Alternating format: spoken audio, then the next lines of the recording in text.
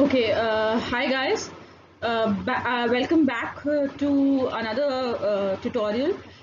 This time I'm going to be covering cytopathology because last time I made a video on hematpath, and although I don't think many of you have viewed it still as yet, but I read the paper and I found the topic interesting. So if you are interested in bone marrow transplant, if you are interested in knowing the the pathological features, the types, the clinical pathological features of bone marrow transplant, then do watch that last video. However, thank you so much for making a 1000 plus family. Currently we are more than 1025 subscribers, so thank you so much. I had started this venture, not exactly venture, a short tutorial program, whatever you can call it, since I am not a very experienced pathologist or anything like that. So I had started this last year, and I mean, I had not expected to get more than maybe 50, 100 views, and 1000 is such an overwhelming number for me, because I am not making YouTube content as my career, as a part of some sort of a money making thing. I just enjoy teaching or discussing. Rather, I am not teaching but more like discussing and answering questions and learning. And in the process of learning, in process of discussing something with you, even I do some research and get to know the latest things. So it is a two-way benefit actually. When I make these things, I read up the latest things and then discuss with you. So thank you so much for all the love that you have shown me. And without delaying much, let me tell you that this is cytopathology, and we have only a couple of more cytopathology lectures left. I have been following the index given in orals, okay? And once we finish with cytopathology, and the last lecture of cytopathology will be fluid cytology actually. PAP and everything I've covered. After that, I'm going to be starting histopathology with, and hematopath will continue as it is. If you ask me, in benign hematology, I have say a total of 8 to 10 lectures more, because I break up chapters. And once I finish with the benign hematology, which I presume is a month and a half more, if I keep posting videos, maybe 2 months you can say, and then I'll be starting with the malignant hematology. And hopefully once the lockdown is over, I can give you some good news regarding hematology too. So without wasting much time, what topics I'm discussing right now are tail ender topics in cytopathology. The topic of fluid cytology will be very important to you, for you, both as an exam point of view question, as well as in your daily practice. In your daily practice, what I'm discussing right now will be more important to you, because you will get FNACs and samples from testes and ovaries, etc. But even for exam point of view, ovarian neoplasms are very important, and testicular neoplasms you will get one slide in practical. Ovarian neoplasms, mostly what you will get is fluid cytology. May you are going to get some malignant cells, which I am going to be taking on later on. Okay, so moving ahead. Basically, look, any system that you study is divided into benign lesions and malignant lesions. And benign lesions or non-neoplastic lesions are infective and inflammatory. So in if you consider the male system, for reproductive system, the male reproductive system, for prostatic lesions, although I have enumerated them for the sake of enumerating them, I'll show you those also slides.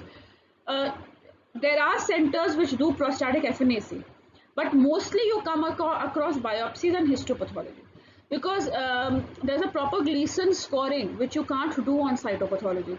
And Gleason scoring has both prognostic as well as therapeutic importance, because then you have to calculate and add up and tell the final score, and then staging is done later on. And I'm going to take Gleason scoring up the histopathology part when I teach histopath. So FNAC of prostate you will not come across commonly in clinical practice. Normally we just do a PSA, a serum PSA level, and if the person is giving clinical history of prostatitis, we just treat, we don't do an FNA. So prostate part of this entire thing over here, this is more like textbook thing, that since it is given in the textbook, so you should know. Testes, yes, you are going to get. You need to know what you will commonly get is seminomas in your exams. Of course, in general practice, you will get abscesses, inflammation, but in exams, you're going to get seminomas, and you need to know what other tumors have tigroid background. I have discussed that with you once. And then why I've not taken ovaries, because ovarian epithelial lesions, and then you'll get these germ cell lesions which are overlapping. And I have discussed a part of it last time when I was taking cytopathology, because these yolk sac germ cell tumors, they occur in mediastinum also, so it is more of an overlap. Ovarian malignancies mostly are diagnosed in ascitic fluid. So you are going to get ascitic fluid if you commonly want to see a serous or a mucinous cystadenoma ovary. Mostly you get these things in histopathology, but rest assured you will get a side of seminoma in your exams. So let us begin. So this is what a benign prostatic cell looks like, columnar with a nice uniform nucleus. The chromatin looks very, very benign. There are certain granule-like structures in the cytoplasm. And then you get these sheets with holes.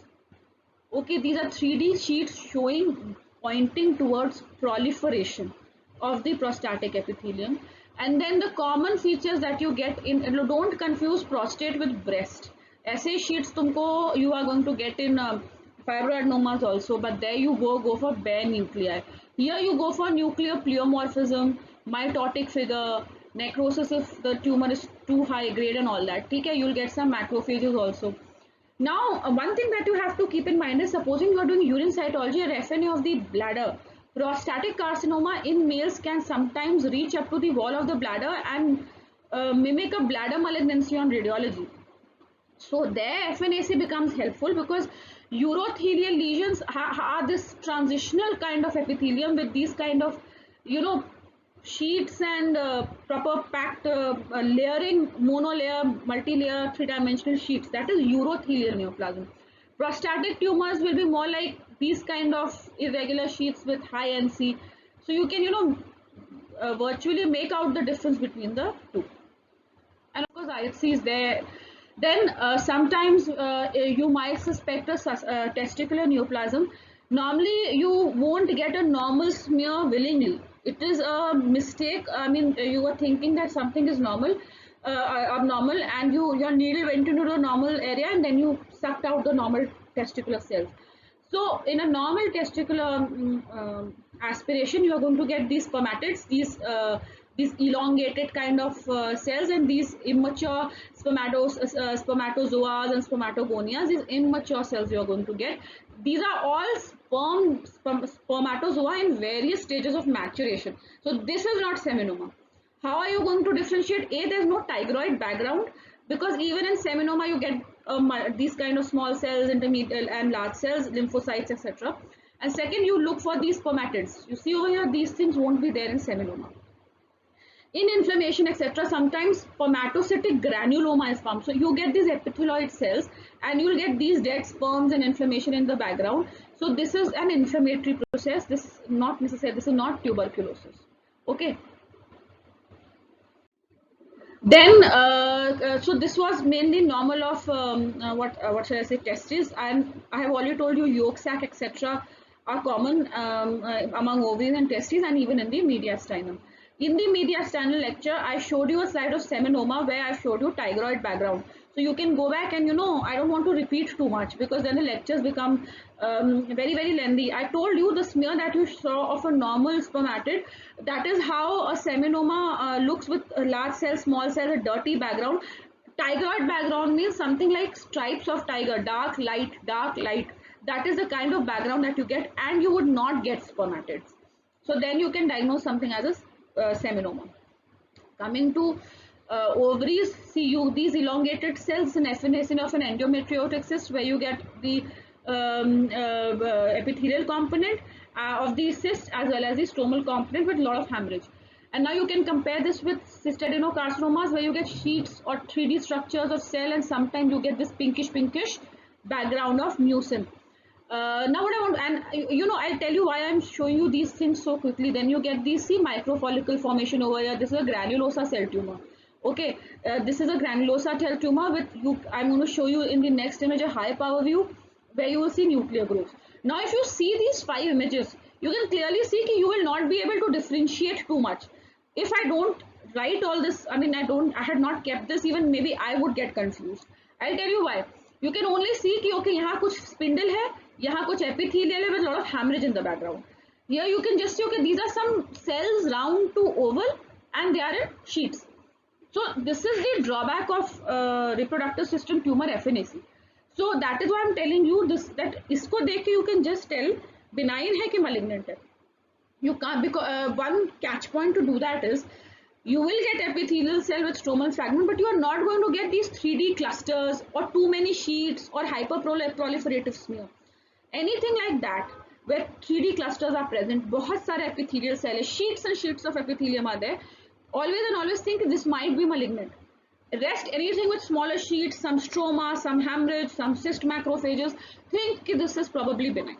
That's all you can do.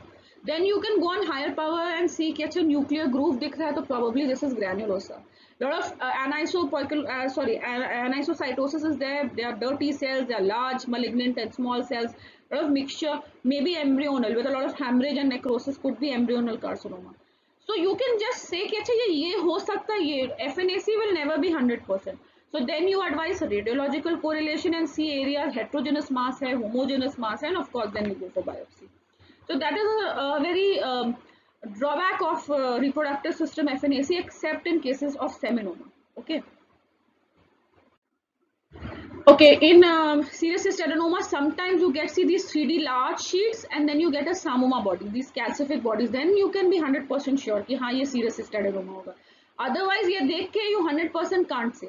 Similarly, see इस sheet में in let me just change the pens for this. In this sheet and in this sheet, till I don't tell you, you will not be able to appreciate. You say both are sheets and epithelial tumor होगा. If you go for a high power, sometimes you see these nuclear grooves like coffee bean. These grooves are seen in granulosa cell tumor. So you know you really need to catch things to be very sure. If you don't get them, don't worry, it is okay. Doesn't matter. You just need to be able to differentiate on FNAC कि benign है कि malignant है, that's it. Okay. And in the end, of course, mesotheliomas can mimic anything. They are present anywhere. They appear reactive. This I'm going to take in detail in your fluid cytology also. So the covering, the viscera with which the testes is covered or the ovary is covered can also turn into a tumor. Okay, and cells will look something like this. So viscera of all the organs can also produce a tumor, which in lungs is known as, in ovaries is known as mesotheliomas. So these can be of 3 types, 4 types, mimicking a lot of benign and reactive conditions. So a lot of cellular smear, binucleation of this way, and if you get a mitotic figure, a very you know, you will look at it and you will think okay no वो एक trading होती है आपकी. When I show you reactive versus benign fluid, then I'll tell you how to differentiate between the two. So this is a smear of the, this is a image of the mesotheliomas. So I'm not you know stretch the lecture beyond this, because this topic as such will not be very important in your exams as far as, except when it is seminoma or ovarian, you know, fluid is given, fluid cytology is given for ovarian malignancies. Even in general practice, you're not going to get much, except of course ovarian and seminomas. So those are the 2 things that you need to learn. Ovarian malignancy में epithelial in fluid cytology and seminoma की FNAC. These 2 things are the most important. So thank you again, and I hope you like this, and please like, share, and I'm always open to discussions. So please discuss with me in Messenger if I am wrong somewhere or if you want to know something more. So thank you, and I'll see you next time.